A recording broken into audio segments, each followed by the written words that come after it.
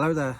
We now have a very rum situation where Staley was subject to a heavy fine and a lifetime ban for seemingly understating the strength of his relationship with Jeffrey Epstein.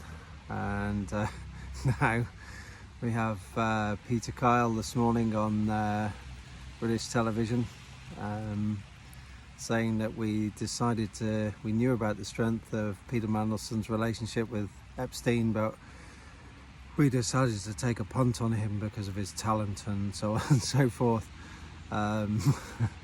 It may have seemed a bit strange when I made those videos about the FCA's position and against Jeff Staley regarding his relationship with Epstein, but you may recall in it I made the point that it wasn't a sustainable or credible position given the breadth of Epstein's relationship with people in positions of influence. And you may recall I also referenced working with the government, and we were referring to Mandelson at that time. I didn't say, but it's obvious we were, and how there was a serious inconsistency. And I think we're beginning to see here the extent of first and second estate corruption and duplicity, and that really was what I was trying to highlight. We knew about this, that's why we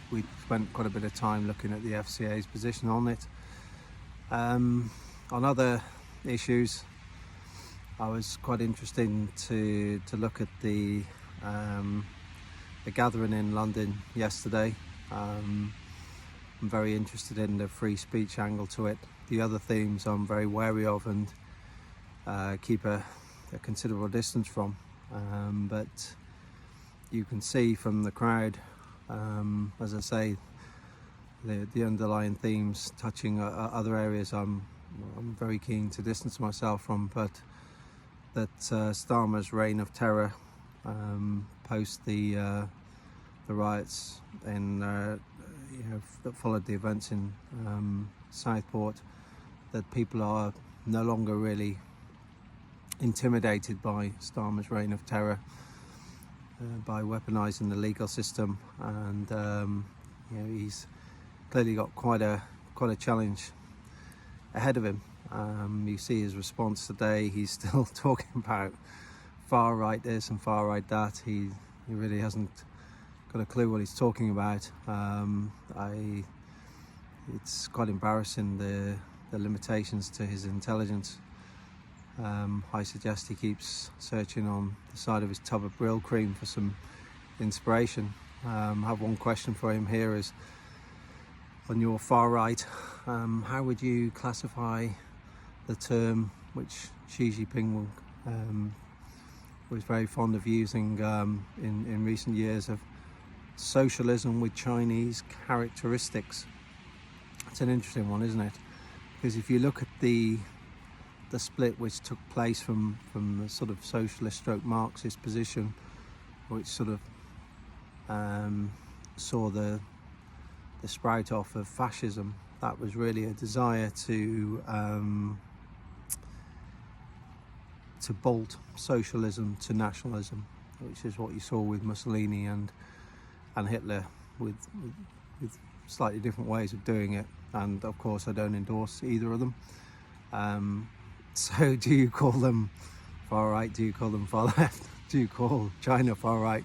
Do you call the China far left? It's such a nonsense. It's the political spectrum. I think I've made my point now, but it shows the limitations of Starmer and how limited he is in terms of his intelligence. I stand by my analogy, metaphor, I guess, if you like, of Starmer being a contemporary Robespierre, where you saw yesterday as people look through his vacuous and empty values and stand up to his reign of terror and say we're not frightened anymore. And he looks a very empty man, a very broken man, and I think his own party are manoeuvring against him, and I think his political career will be subject to a dramatic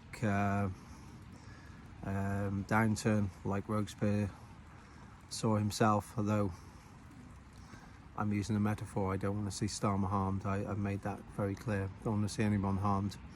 So your Charlie Kirks, it's greatly saddened to see that, and I have to also say the Labour MP in the northeast of England who had a office attacked.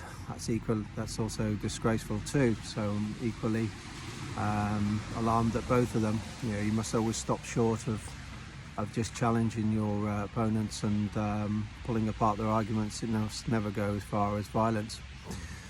It's quite interesting also, yesterday I was taking the bus back to the village, and there were two French chaps on there who recently moved to Poland and staying also in the village, and we were talking about politics, and they were saying how one of them had actually spent quite a bit of time in London in his younger years, and he said he sort of weeps for the UK in terms of the decline and the lack of free speech, and how the country is in serious decline. And he also noted that France is the same, and that's why he'd chosen to leave and doesn't intend on going back. And you know, he made quite an interesting point where he said he looks at Macron and he just sees an empty vessel, just almost like a psychopath in many ways, in the way he's willing to stand up and lie, and you know, his lack of emotion and empathy and so on.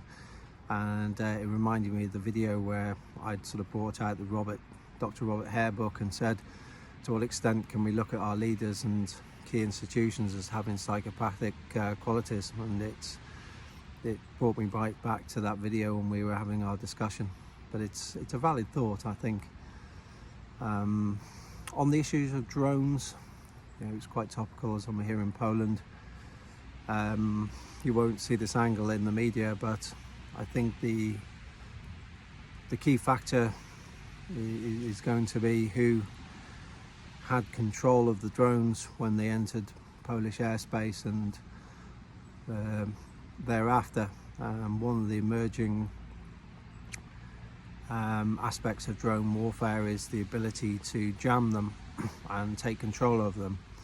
It's quite difficult to do, but it has been done, and you can almost then turn a drone that was sent offensively to you and use it nefariously against your opponent.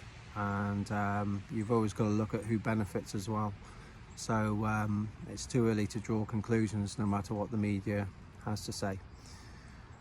So I think that covers what I wanted to say, and interesting times. Take care. Speak to